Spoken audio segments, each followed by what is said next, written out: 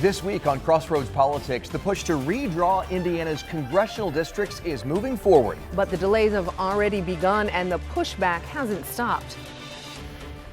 Are there any legitimate reasons for redistricting other than the partisan politics? I don't know if my neighbors are going to be fine, and that really scares me. And the fight over food stamps benefits are on hold until the government shutdown ends. We're going to have the work by Indiana lawmakers and nonprofit groups to try and fill the gaps. Plus, a new generation of the Bai family is stepping into the political arena. We'll sit down to talk about his new campaign to take on Indiana's Secretary of State. But first, immigration enforcement isn't stopped during the government shutdown. We'll explore how the president's crackdown is hitting the crossroads of America.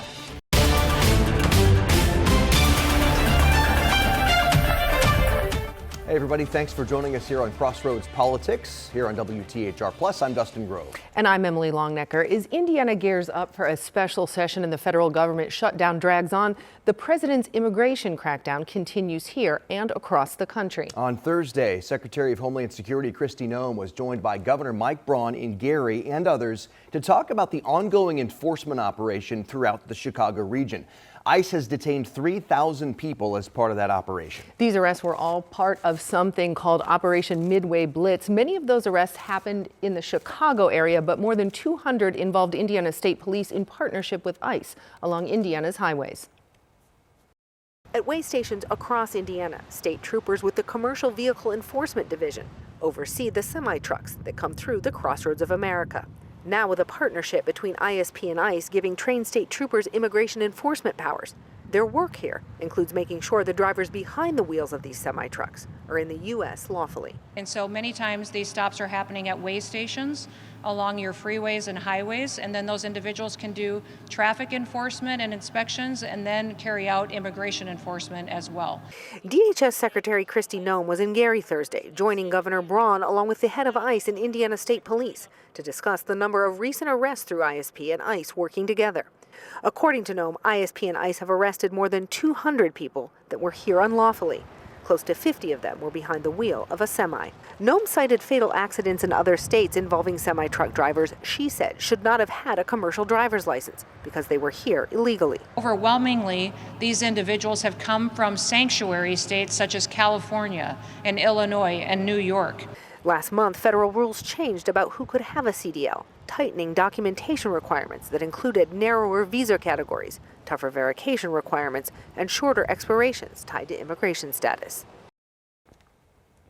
Noem called Indiana's partnership with ICE a model for other states. Governor Braun said that partnership would be expanded by incorporating more state troopers assigned to the Commercial Vehicle Enforcement Division. And we should also point out that some 200 ICE detainees are also being held right now at the Miami Correctional Facility up in Bunker Hill. This week I spoke with an Indiana state representative who's been pushing for stronger immigration enforcement here in Indiana. White House border czar Tom Homan visited Indiana a couple of weeks ago to talk about the successes the Trump administration has had when it comes to the crackdown on illegal immigration. State Representative Matt Commons was there, joins me now to talk about it. Representative Commons, thank you so much for being here. Yeah, thanks for having me. So your office this week said you support strong immigration enforcement here in Indiana. What do you think that should look like? Yeah, I think, as we look at the successes of the Trump administration with Tom Homan and Kristi Noem, making sure that we're good partners with the federal government and making sure that the laws of the Indiana and the United States are both followed. Cracking down on sanctuary city policies here in the state of Indiana that are currently illegal, but also making sure that we, give our local law enforcement the ability to help ICE and the administration and protect our communities. So Homan also urged you guys here to pass a proposal that did not make it out of the State House last year. It's called the Fairness Act, stands for Fostering and Advancing Immigration Reforms Necessary to Ensure Safety and Security, HB 1531. What would that have done?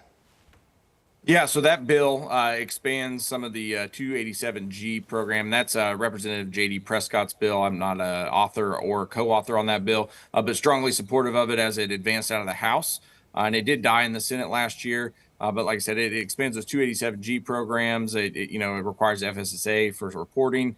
because illegal immigration has a cost to our taxpayers throughout the state of Indiana. That cost that we're all paying, and we want to make sure our laws are followed. And so it is a large piece of landmark legislation that we can get done in this next session. But its base roots, it's about following the law and supporting our communities, keeping Hoosiers safe. Critics, I'm sure, as you've heard, they say they're concerned about what they call the potential for racial profiling, the burden on local governments, local police, the liability, and the argument that immigration enforcement really shouldn't be the job of local law enforcement, local government. What do you think about that? Yeah, so I mean, this last session we passed House Bill 1393. Representative Bascom authored that bill, and I talk a lot with the sheriffs in House District 13, and most of them, or if not all of them, are already doing exactly what House Bill 1393 did, as far as if you have an illegal immigrant or alien within your jail, send it off to ICE, and you put them on an ICE detainer, and it's ICE's responsibility to come pick them up. This is about keeping our communities safe. If an individual is here breaking our laws, they shouldn't be in our country. And while I have you, I'd love to ask you about congressional redistricting. You've been a public supporter of redrawing the maps. What are you hearing from your constituents in your district? Yeah, my district is supportive of this. This is not just this isn't a fight that Indiana picked, but it's a fight we need to fight. When we look at states like Illinois and California that have gerrymandered their states for decades, they've on the House Bill 1531. I mean, the states in California and Illinois, they'll encourage sanctuary city policies to take congressional seats from rural parts of their own state, but seats from also other states like Indiana, Ohio, and other parts of the country. How do you answer the critics who say these are public funds for a special session to pay lawmakers, to pay for everything else, for something that's clearly politically partisan? Yeah, this next session's a short session. I think if we're going to have a special session, we can get this done quickly and efficiently. And I'm not in a leadership role, but we can maybe shave off some time, ideally, and balance this out and do it in a fiscally responsible way. I'm very much aware of the tax burden, and there's a way to balance that cost. All right, Representative Matt Commons, thank you so much for being here. All right, thank you. Indiana is going to have a special session to tackle redistricting, but it's already dealing with delays, the latest timeline for changing the congressional maps. And SNAP benefits are now on hold until the government shutdown ends. Attempts by Indiana lawmakers to keep helping families in need and the organizations that are stepping in to try and fill the gaps. It's all ahead here on Crossroads Politics. Welcome back. State lawmakers are poised to consider redrawing Indiana's congressional maps in the upcoming special legislative session. But we're learning there's a new timeline for this discussion. The Indiana House Speaker and Senate leaders say work will not start on Monday after all. It may not even start next week. Governor Braun, you may remember, announced earlier this week that the session would convene on Monday, November 3rd. Lawmakers are expected to tackle redistricting and tax reforms. For context, in the last special session back in 2022, then Governor Holcomb called for it to start in early July, but the legislature did not meet until a few weeks later. So not unheard of. Thursday night, people against the move gathered in Martinsville. They took part in a conversation with UIndy political science professor Dr. Laura Merrifield Wilson. Wilson moderated the event, laying out why redistricting matters and how it could impact your vote. Then the people in attendance got to share feedback. My belief is that this concerns or issues of redistricting are being done specifically to increase the Republican majority in our state. And while I'm a Republican, I still think that it's just wrong, that we're trying to take advantage of this current situation and trying to, in a way, tell the people of Indianapolis and Lake County that your votes really don't matter. To have a listening session means you have to have people that are engaged and interested, both to talk but to listen as well. And I think that's exactly what you saw this evening. The event was hosted by the group Recenter Indiana, a nonpartisan nonprofit. There are two other events scheduled for next month, November 6th at Hornet Park Community Center in Beech Grove and November 13th at Geist Christian Church in Fishers. In national news, the trade war between China and the U.S. is de-escalating for now. President Trump is reducing some tariffs on China, which is in turn going to sell so-called rare earth metals to the U.S. and start buying soybeans again. China had not bought any soybeans this year, which hurt American farmers. That's critical here in Indiana. Indiana is one of the top soybean producers in the country. Farmers here grow about 340 million bushels every year. And the Federal Reserve cut interest rates this week, but spooked Wall Street by warning not to count on more cuts in the future. Chairman Jerome Powell said the Fed's Board of Governors was very mixed on what to do moving forward. Employment has been falling, but inflation remains stubbornly above the Fed's target of 2%. And President Trump wants to resume nuclear testing immediately. That made headlines this week. Right now, a site 60 miles outside Las Vegas is the only place the U.S. can test nuclear weapons. It's been 30 years since the U.S. last tested a nuclear weapon. Back in the 90s, both the U.S. and the Soviet Union declared a moratorium on nuclear weapons tests. 4 people are dead after another U.S. military strike on alleged drug runners. This strike happened on a small boat in the Eastern Pacific. This is the 14th strike against alleged drug traffickers this year. Under the United Nations Convention on the Law of the Sea, it is illegal to interfere with vessels in international waters, but the United States never signed on to that treaty. The Bai family has been part of Indiana politics for decades. Right, and now a new generation is joining the political fight. Bo Bai launches his campaign for Secretary of State and explains why now is his moment. But first, we're in a crisis situation. We have Hoosiers that are hurting. The fight to feed Hoosiers and food stamp benefits go on hold due to the government shutdown. It's next on Crossroads Politics. Welcome back. 600,000 Hoosiers are just days away from losing their SNAP benefits unless the government shutdown ends. One state lawmaker has a proposal he thinks could help in the meantime and says he wants Governor Braun to consider it. The proposal is from Democratic State Representative Greg Porter. He wants Indiana to step in with some money for right now until something changes in Washington. For us to do this, I think it's very important. Porter calls the impending loss of SNAP benefits a crisis, one he says he's trying to avert with a proposal for the state to fund SNAP for now. Wednesday, he asked his fellow lawmakers on the state's budget committee for their support before he takes it to the governor. It's just to help, to assist, to give an avenue for our governor and for the State Board of Finance to move forward to take care of Hoosiers in the coming weeks. Under Porter's proposal, the state would give $122 million to cover SNAP benefits for Hoosiers and another $10 million to food banks.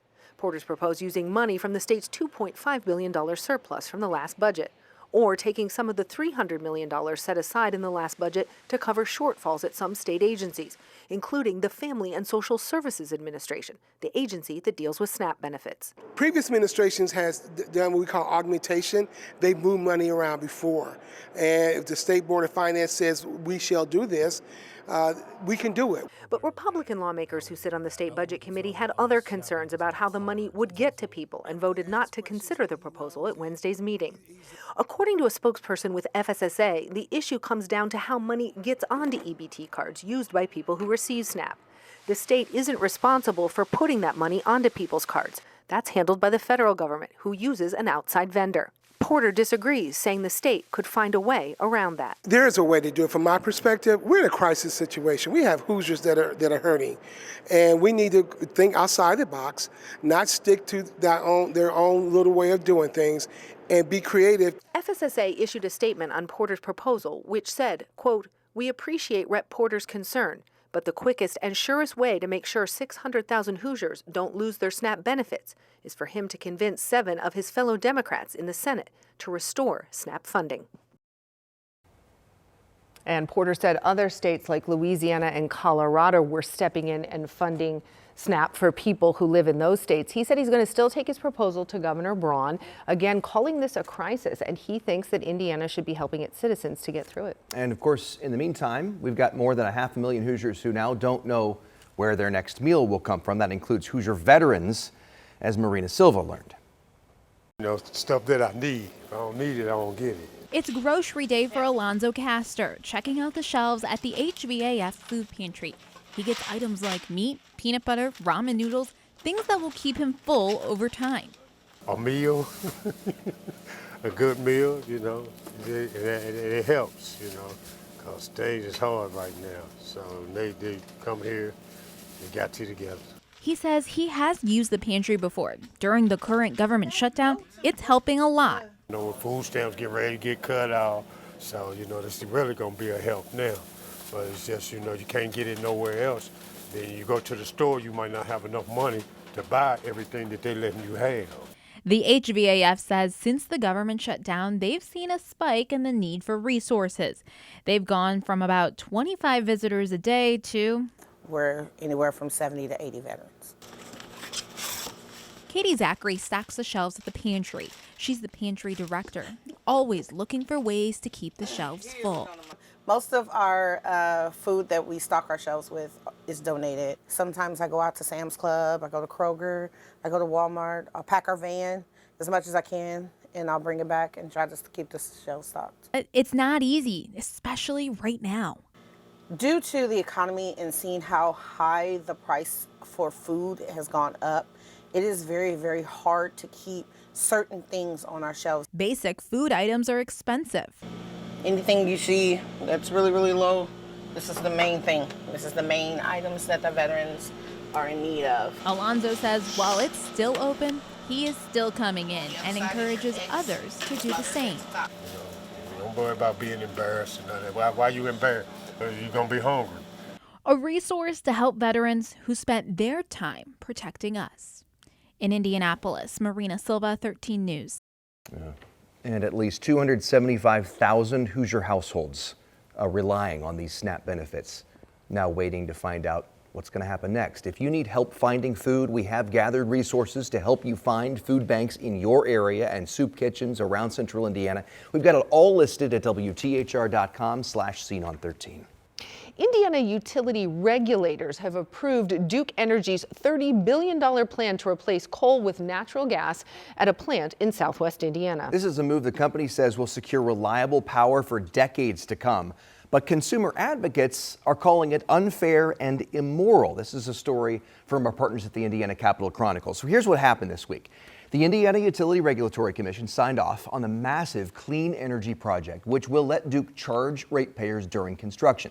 Duke says these new units will boost capacity by more than 470 megawatts and save customers over $800 million across the project's timeline. And this is at a time when Indiana needs more power. But here's why those consumer advocates are not celebrating. The Citizens Action Coalition told the Indiana Capitol Chronicle, quote, forcing struggling Hoosier ratepayers to shoulder the burden of the costs and risks associated with this extraordinarily expensive project is simply unfair and immoral. Duke Energy can afford to pay for this. Ratepayers cannot. And those coal units down in the Cayuga plant in southern Indiana are set to close within the next 5 years. Duke estimates the first rate increase from the project will add about $1.87 to customers' monthly bill, but that amount would go up as construction continues, with consumer advocates predicting a total impact of $19.37 a month.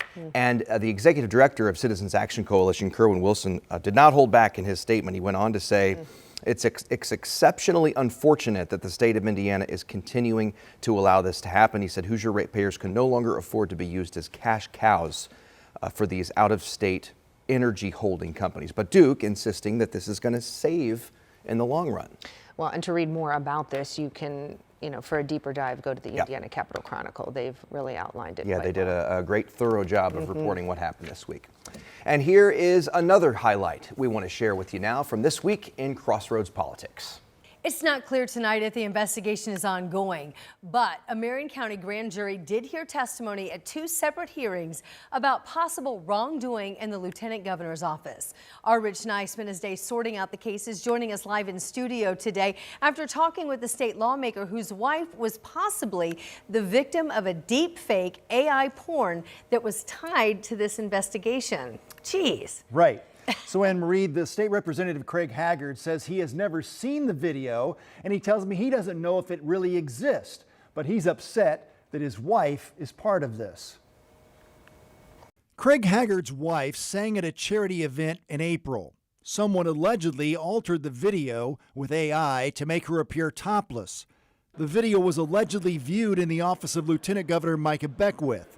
Earlier this week, he responded to our question about it. That story is so false that there's no proof, there's no evidence. We've never seen anything like that. Never happened in my office. What is real is that my wife was drug into this, and I want to find out who did that. To be honest with you, at this point, my wife and I wish this would just go away. A Marion County court report says a grand jury heard testimony on August 18th and again on September 30th in the original investigation into the distribution of an intimate image and ghost employment in the office of the Indiana Lieutenant Governor.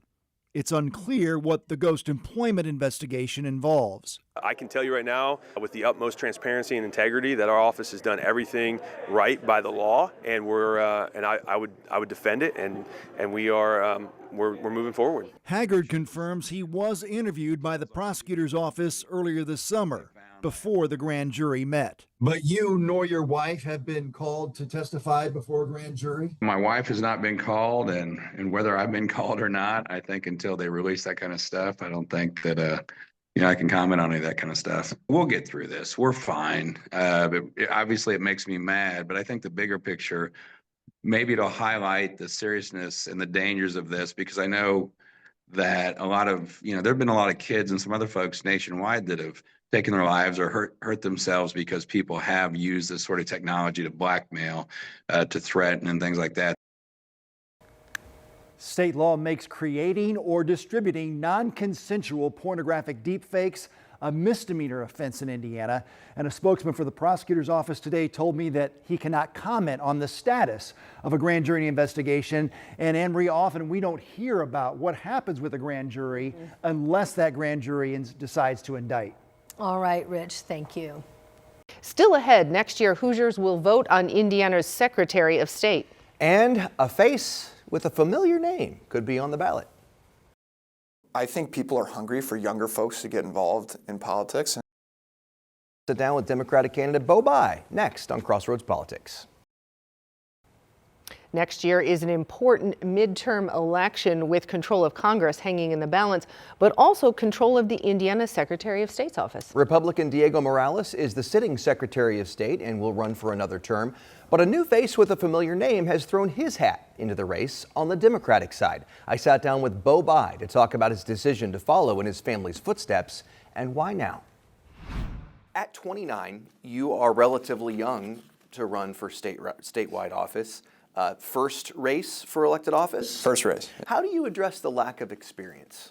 Yeah, well, I think people are hungry for younger folks to get involved in politics and in our government, and I really don't think I have a lack of experience. I was a Marine Corps officer, and I was in charge of a lot of Marines. I was an infantry officer, so training them for combat operations, taking care of them, being their financial advisor, and mentoring them. So I had a lot of experience managing people and leading people. That's all that we should look for out of our elected officials. How do you take a group in the Marine Corps, for example? The Marines in my unit came from all different walks of life, all different political backgrounds. How do you orient a group like that toward a common mission? And I hope to bring that experience to this office. I'm also a lawyer. One of the responsibilities of the Secretary of State's office is handling securities investigations. I've done that on the federal level, adjudicating complex securities fraud cases. So I have enough experience. Your family obviously has a long legacy here in Indiana of political leadership. Your father, your grandfather. How do you view your candidacy in relation to that? Yeah, I'm very proud of their service to our state and country. And I'm happy to have my dad as a mentor, and I look up to my granddad and his politics in a big way. Both of them, at the center of their politics, they try to bring people together, unite people across political divides, across rural-urban divides, any divide, to try and orient us on the things that we all have in common. We try and have better roads, better bridges, better schools for our kids, safer streets, supporting our policemen and firefighters and things like that. So I embrace the fact that they've served our country and state honorably. I'm my own person. I'm gonna have to do this my own way, but I'm happy to have them in my life. Do you think that is a bit of an obstacle, that you have to, at the same time, kind of distance yourself as your own person?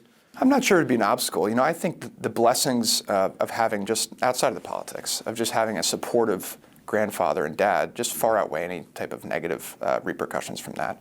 But, people want to, especially in today's world, in politics, they want to see authenticity. They want to see you for who you really are. And my mom always told me growing up, don't ever try and be anyone else because you're never going to be good at it. You can't really, fake it. And people in the Marine Corps, people in business, and in politics can smell a phony a mile away. And so people are going to support me because of me and not who my dad is. Speaking of your mom, what do you think she'd say? I think she would be understandably worried just because politics is just such a nasty business these days. But I think she'd be proud of me too. She always raised me to try and make a difference and make the most out of the blessings that I've been given. And so hopefully I'm trying to do that here. So I think she'd be proud of me. Some states allow statewide ballot referenda. You indicated your support for that idea. What specific kinds of referenda would you like to see? How would you propose that they be structured in a way that partisan politics can't get a hold of it, or special interests? Yeah, it's a great question. So before I answer that, the statewide ballot referendum is a great way in our state to let the voters decide the big issues of the day. We rank 50th in the country, bottom, in voter participation. One of the things I think is the responsibility of the Secretary of State is how do we increase that in a responsible way? No illegal voting, period. But at the same time, how do we get people out to the polls? If we let people have a say in the big issues of the day, I think our participation is going to increase. You asked me what kind of issues do I want to see? Let's take this partisan redistricting effort as a good example. Public polling shows that people of both political parties, Mitch Daniels wrote a piece in the Washington Post the other day, oppose this. It's the wrong thing to do. It doesn't matter whether Democrats are doing it or Republicans are doing it. It's just wrong. I would love to see that come to a vote. And you asked me about how do we structure it so corporate interests are not playing too much of a role in this. I'm sorry, the Supreme Court has said in a case called Citizens United that money can involve itself in our politics. It's happening already. The corporate interests are in our politics. I'd rather have these issues debated fairly, openly, and thoroughly in front of the people and let them decide than the corporate interests infecting the 150 state legislators. It's just a math problem. It's easier to influence 150 people than it is to influence 4.6 million voters in Indiana. And there are certain things you could do. You could have a bipartisan commission that looks at the wording of these questions to make sure they're not slanted in a partisan manner. There's certain things you can do to ensure that it's a fairer process. But it's the right thing to do. It happens in Ohio, Missouri, and Florida. It's time that it happens in Indiana too. You're running as a Democrat, but you have, to your point, you say that this office can be run in a nonpartisan way. How do you do that in such a polarized society right now? Yeah, I mean, it's incumbent on you as the leader to try and work in good faith with your partners. If I'm elected, I will work with one of the first things I will do in this office on day one is conduct an independent audit of the office. I will work with the governor. I look forward to working with the governor, the attorney general, whomever else, to conduct that office. How many politicians, how many people seeking elected office have ever said, audit me? Day one, I'm going to say, let's open the books on this. Let's see how far the grift goes, and let's clean it up. Incumbent Secretary of State Diego Morales in his campaign issued a statement shortly after you announced your candidacy, and I want to read it here. It says, Indiana Democrats are gearing up for their own fight to see who can cater most to the far-left progressive wing of their party. Bo Bai is a natural fit for that crowd after spending most of his life on the East Coast. Now that he's back in Indiana, he'll need to explain why he's running for Secretary of State, besides using it as a springboard to run for governor in 2028. How do you respond to that? Well, look, it's not surprising that he has leveled a personal attack on me because he doesn't want to talk about his own record, because there's enough there to talk about. He asked me, he calls me an East Coast liberal. He says I didn't grow up here. I was 4 when we moved to Washington, D.C. because my dad was serving our state in Congress. Every adult decision I made in my life, I commissioned as a Marine Corps officer. I celebrated that in the War Memorial downtown. I paid Indiana taxes for the past 7 years. I've voted in every Indiana election since I was 18. Have you thought about plans beyond this office? Do you see this as the beginning of something bigger? No, I think I'd be foolish to do that. This is a tough hill to climb. We live in partisan, polarized times, to your earlier point, and this will be a hard race. I'm not naive to that, and so any thought beyond this would be foolish. And this is my singular focus, and the office deserves that attention too. What do you think is going to be your biggest obstacle in this race? We live in a straight ticket voting state, and we live in a very partisan Republican state. I happen to be a Democrat, albeit a common sense one. I look forward to working with members of the other party if I'm successful. But it is on me as a person, as the candidate, to get to all 92 counties of our state. I was in Vanderburgh County last night and talk to people, not just Democrats, Republicans, Independents, and show them that on the merits of the responsibilities of this office, I am the right person for the job. It's not partisan. It's not about political party. It's about good government. It's about rooting out waste, fraud, and abuse. We can all get behind that, regardless of our political party. Bo Bai, thank you very much. Thanks, Dustin. I appreciate it. And I did try for nearly 2 weeks to set up an interview with incumbent Secretary Morales. Eventually, we were able to get in touch with his campaign team, who said at this point he was too busy for an interview. So we'll continue to work to get that set up, and we look forward to speaking with the Secretary soon. Well, that does it for this week's episode of Crossroads Politics here on WTHR+. I'm Emily Longnecker. And I'm Dustin Grove. For all of us here at WTHR, thanks so much for watching. We hope to see you next time.